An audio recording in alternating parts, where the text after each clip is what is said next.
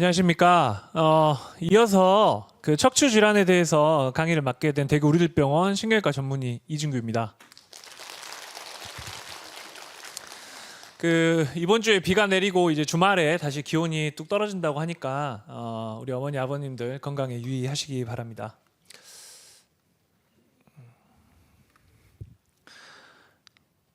네, 강의를 시작하겠고요. 먼저 기본적으로 우리 척추는 목과 등, 허리뼈 이렇게 구성이 되어 있습니다. 목뼈는 경추 7마디와 흉추 12마디, 그리고 흔히 우리 요추는 5마디 이렇게 구성이 되어 있습니다.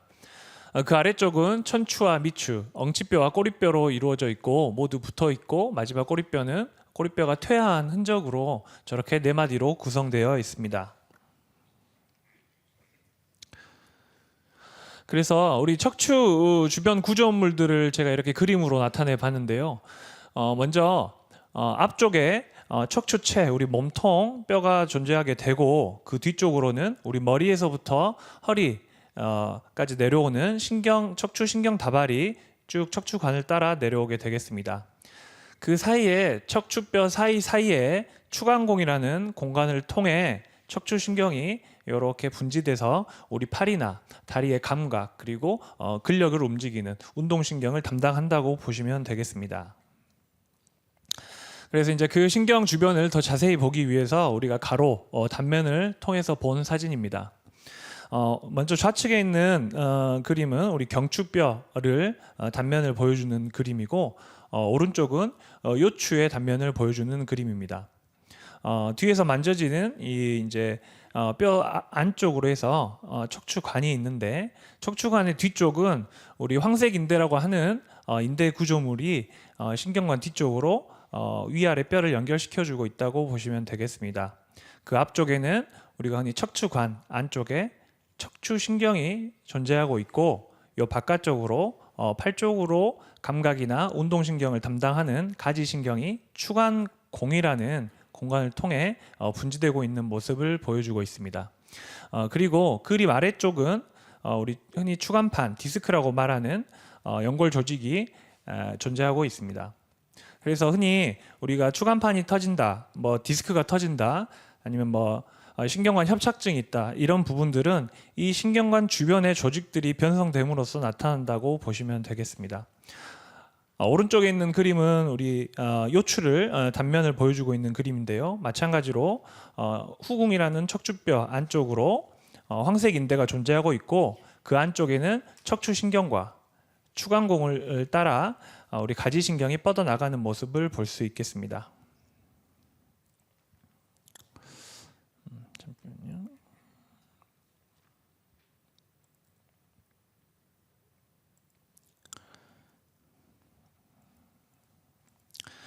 단면 다음에 제가 이 슬라이드를 새로 넣게 되었는데요. 먼저 보시면 가운데 쪽에 보시면 바르게 서 있을 때 허리 디스크에 가해지는 압력을 우리가 100이라고 기준을 삼게 되면은, 우리가 누워 있을 때는 50 정도의 압력이 가해지게 됩니다. 그러니까 서 있을 때보다 절반 정도의 압력이 가해지는 것이고요. 우리가 허리를 숙여서 물건을 들게 되는 경우에는 우리가 서 있을 때보다도 50% 이상의 압력이 우리 추간판에 더 가해진다고 보시면 됩니다. 그래서 보통은 우리가 허리를 숙일 때 허리 추간판 탈출증이라든지 퇴행성 변화가 심하신 분들은 허리를 숙이면 추간판에 가해진 압이 증가해서 뒤에 신경을 더 자극하기 때문에 통증이 좀 더 악화되는 그런 경향을 보이고 있습니다. 그리고 의자에 앉아 있을 경우에도 서 있을 때보다는 조금 더 압력이 가해지게 되고요. 특히 다리를 꼬고 앉아 있는 경우는 2배 이상의 압력이 가해지기 때문에 우리가 평소에 앉아 있을 때 올바른 자세로 앉아 있는 것이 중요하다고 할 수 있겠습니다. 자, 그래서 척추 질환 중에 우리 척추 협착증이나 경추 디스크에 대한 증상을 좀 보도록 하겠습니다. 팔다리가 모두 저릴 수가 있고, 팔에 근력 저하가 나타날 수 있습니다. 우리가 팔을 굽히는지 펴든지, 혹은 어깨를 든다든지 주먹을 쥔다든지, 이런 근력들이 부위에 따라서, 특정 부위에 따라서 감소할 수 있겠습니다. 그리고 이제 심하신 경우에는 우리가 이제 신경병증이라고 해서 척수신경에 과도한 압박이 지속되게 되면은 그런 증상들이 나타나게 되는데요. 잘 걸어 다니다가 달리기가 힘들다든지 몸의 균형을 잡기 힘든다든지 뭐 이런 증상들이 동반될 수 있겠습니다. 그리고 이제 우리 요추에 있는 신경관이 압박되었을 때 나타나는 요추 협착증의 증상으로는 허리와 엉치 통증이 가장 흔하게 나타날 수가 있겠고, 양 다리 저림 증상이라든지 아까 우리 디스크 같은 경우는 일반적으로 허리를 굽히면 좀 더 증상이 악화되는 그런 경향을 보였었는데, 우리 협착증 같은 경우는 허리를 굽히면 일시적으로 신경관이 넓어지는 효과를 보이게 됩니다. 그래서 허리를 굽히게 되고 그러면 통증이 좀 더 완화되니까 그렇게 걸음걸이를 하시는 분들이 많이 있습니다. 그리고 걸어 다닐 때 우리가 5분, 10분 걷게 되면은 양 다리가 저린다든지 이런 증상으로 걸을 때 반복적으로 쉬었다 가는 등의 이런 증상들이 있을 수 있겠습니다. 그래서 일상생활에서는 버스 한정류장 같은 경우 잘 걸어 다니시던 분이 한두 번씩 쉬어간다든지 뭐 이런 증상으로 나타날 수가 있겠고, 좀 더 진행하다 보면은 감각저하가 나타날 수가 있어서 발바닥에 뭐 모래 위를 걷는 기분이 든다, 발에 뭐가 묻어 있는 것 같다, 뭐 이렇게도 이야기하시는 분들도 계십니다. 그리고 이제 근력이 떨어지고 그러다 보니 다리의 근력이 이제 빠지게 돼서 위축돼서 가늘어진 다리라든지 좀 이런 지속적으로 통증을 겪다 보시면 우울증까지도 같이 그 동반되는 경우도 있겠습니다. 그래서 이런 이제 척추 협착증 같은 경우는 우리 아까 그 사진에서 봤듯이 신경관 그러니까 척추관 또는 추간공이 좁아짐으로써 척추 신경이나 신경근이 압박돼서 여러 가지 증상을 나타내는 질환을 우리가 척추 협착증이라고 정의를 하고 있습니다. 그래서 우리가 40, 50대 이후 중년 이후에 사람을 못 걷게 만드는 가장 흔한 척추 질환이라고 알려져 있습니다. 그래서 우리 오른쪽에 위아래 사진을 보시면 위에 있는 빨간 동그라미에는 신경관 안에 척수 신경들이 아주 잘 보이는 사진을 보여주고 있고, 그 아래쪽은 우리 아까 우리 황색 인대라는 인대가 두꺼워져서 신경관이 많이 좁아져 있는 모습을 볼 수 있겠습니다. 그래서 원인으로는 먼저 선천적으로 협착증이 있는 경우도 있지만은 대부분 우리가 이제 고칠 수 있고 치료할 수 있고 어느 정도 예방할 수 있는 후천성 원인에 의한 퇴행성 협착증이 많은 빈도를 차지하고 있습니다. 그래서 이런 경우는 평소에 잘못된 자세를 오랜 동안 유지하게 돼서 그 시간이 오래 흐른 뒤에 협착증이 발생할 수가 있겠고, 또 과도하게 척추 사용을 많이 하게 되면 그에 따라서 퇴행성 변화가 또 일어날 수 있겠습니다. 이런 우리가 다리가 저리고 허리가 아프고 그랬을 경우에 이제 병원에 방문하게 되면은 먼저 우리 의사 선생님과 환자분 간의 어떤 문진과 이학적 검사를 시행하게 됩니다. 이때 뭐 통증은 언제부터 시작됐고 어떤 양상이면서 어떨 때 통증이 악화되는지 등등 이제 문진을 하게 되고, 그리고 팔다리를 직접 만져보면서 감각 저하라든지 근력 저하 뭐 이런 것들을 확인해 볼 수 있겠습니다. 그리고 이제 진단할 때 가장 중요한 영상학적 검사를 몇 가지 좀 보도록 할 건데요.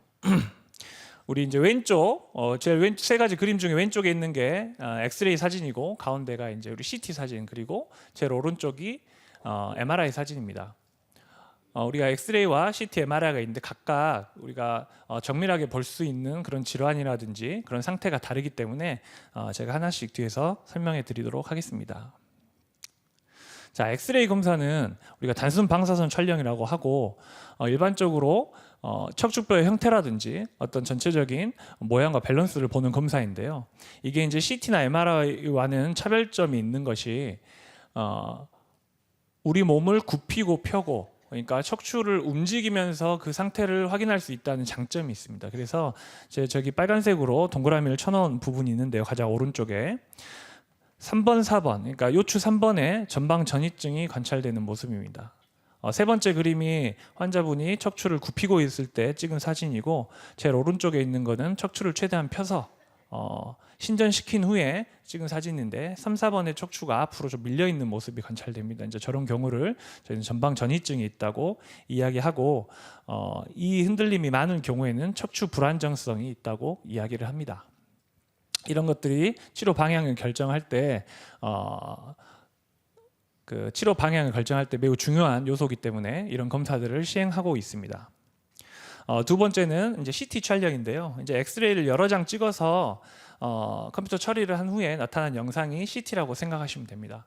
그래서 이 영상에서는 하얗게 보이는 거는 척추체, 뼈 조직이 되겠고, 회색빛으로 보이는 부분이 뭐 디스크라든지 근육, 인대, 이런 신경 등이 이렇게 보일 수 있겠습니다. CT를 찍게 되면은 여기가 이제 이 조5번과 천추 1번 사이에 추간판에 있는 까만 이런 가스들이 차 있는 것들을 확인해 볼 수가 있고, 요 정상적으로는 하얗게 보이지 말아야 되는 부분들이 석회가 껴서 이렇게 이제 인대 부분에 석회화가 진행된 것들을 좀 더 정확하게 볼 수 있겠습니다. 다음은 이제 자기공명 영상 검사라고 하는 MRI 검사입니다. 왼쪽에서 제일 왼쪽에 있는 두 가지 그림은 신경관 협착증을 보여주는 사진입니다. 그래서 4번, 5번에 전방 전이증을 동반한 신경관 협착증이 있는 경우가 되겠습니다.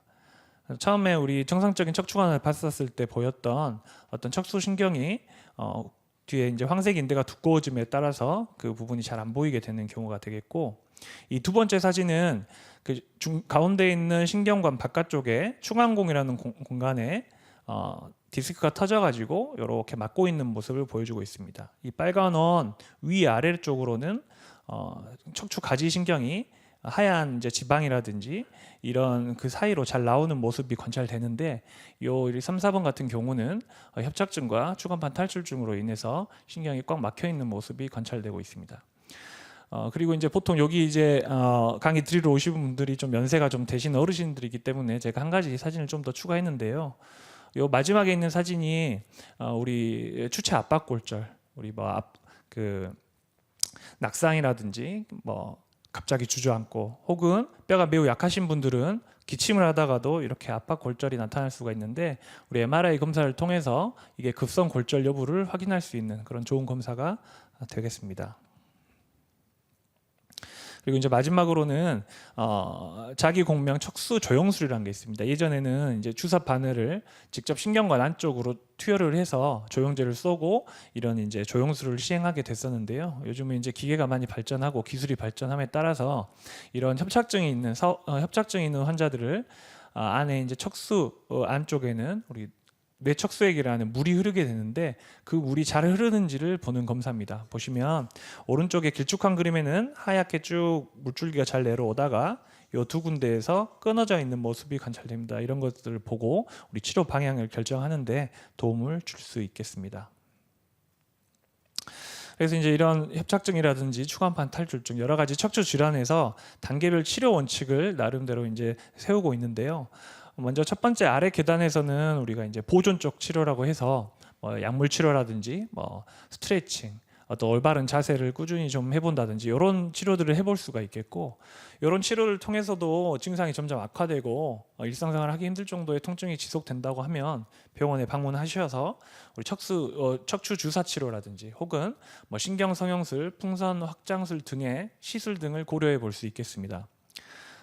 그럼에도 불구하고 이제 증상이 호전되지 않으면 좀 더 적극적인 방법인 내시경 시술이라든지 현미경 수술, 그리고 마지막에는 골 유압술 등등을 고려해 볼 수 있겠습니다.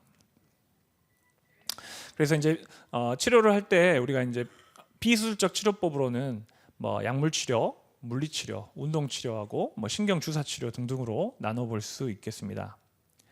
먼저 이제 신경 주사 치료는 가장 많이 이제 하시는 치료라고 보시면 됩니다. 이제 첫 번째는 경막의 신경 차단술이라고 해서 그러니까 신경관 바깥쪽 경막 외 공간에다가 염증을 깔아앉히고 부어 있는 신경을 붓기를 빼주고, 그리고 통증을 완화시켜 줄 수 있는 약물을 주입함으로써 통증을 완화시키는 방법입니다.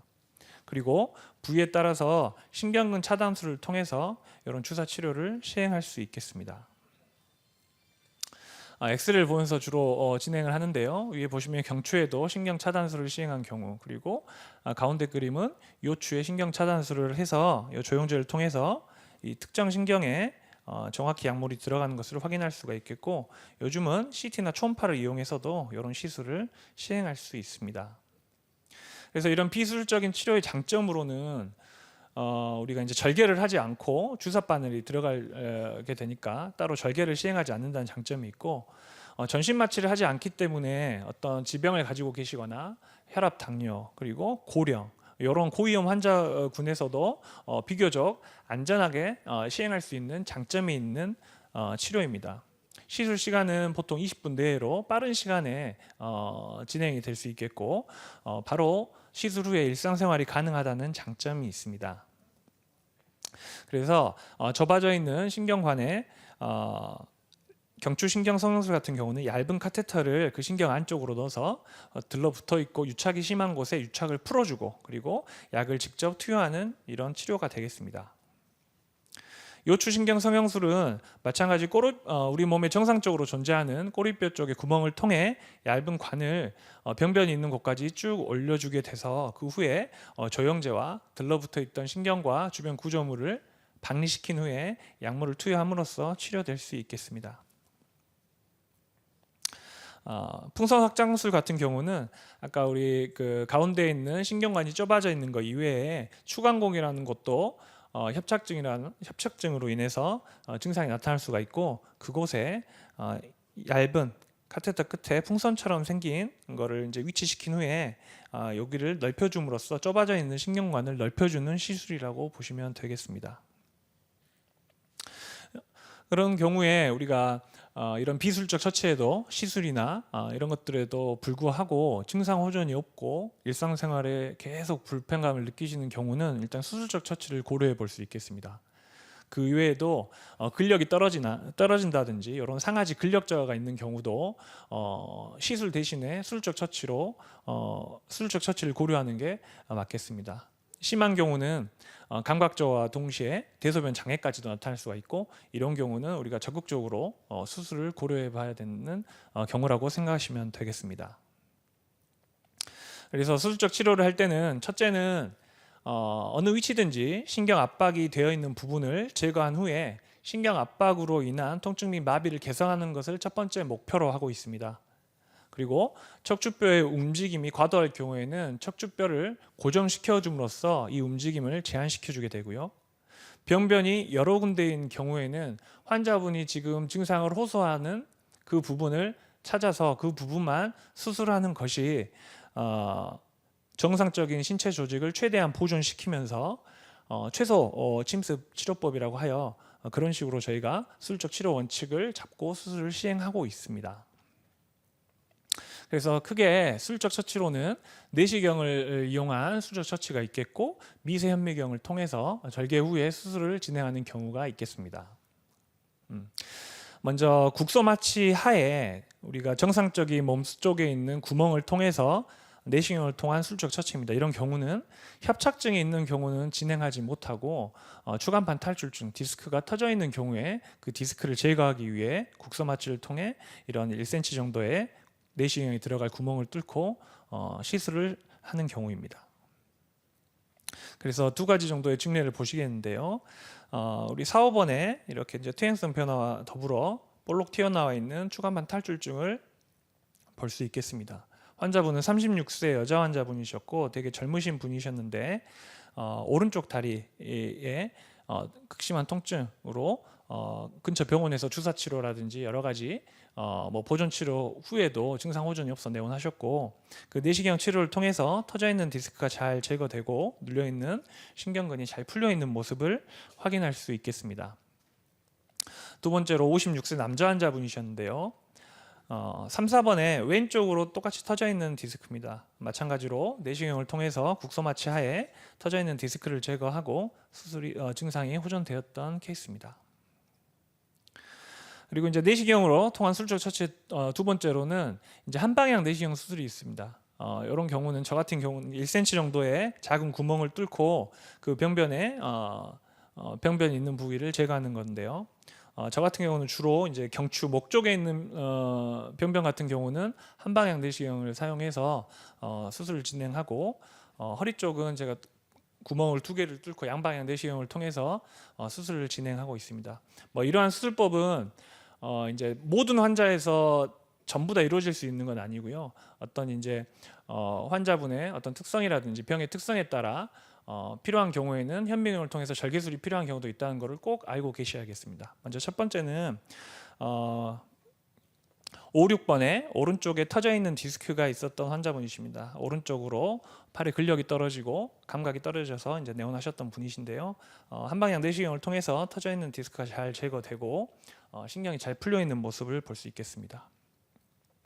두 번째로 51세 남자 환자분이시고 이분은 오른쪽으로 5, 6번에 터져 있는 디스크가 있었던 분이시고 마찬가지로 1cm 정도의 작은 구멍을 뚫고 내시경을 통해서 터져 있는 디스크를 잘 제거하고 신경이 잘 풀려 있는 모습을 확인할 수 있습니다.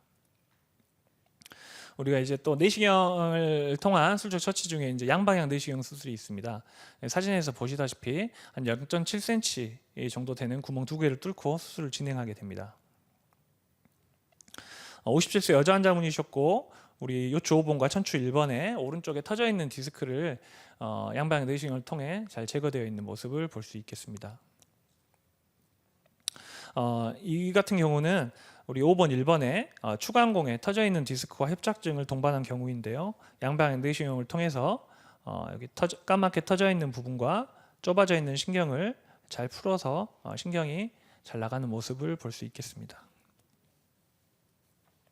마지막으로 이제 수술적 처치에 대한 내용 중에 미세 현미경 수술에 대한 내용입니다. 협착증이 동반된 경우에 77세 남자 환자분이신데요. 요추 4, 5번에 신경관 협착증이 있었고 우리 오른쪽으로 절개를 해서 양쪽의 신경관을 잘 풀어줘서 이렇게 이제 좁아져 있는 신경관을 잘 풀어줬던 이런 케이스 되겠습니다. 요거는 이제 우리 어르신들도 많이 경험하셨을 수도 있고 예전에 시술도 많이 받아보셨던 분들도 계실 거라고 생각됩니다.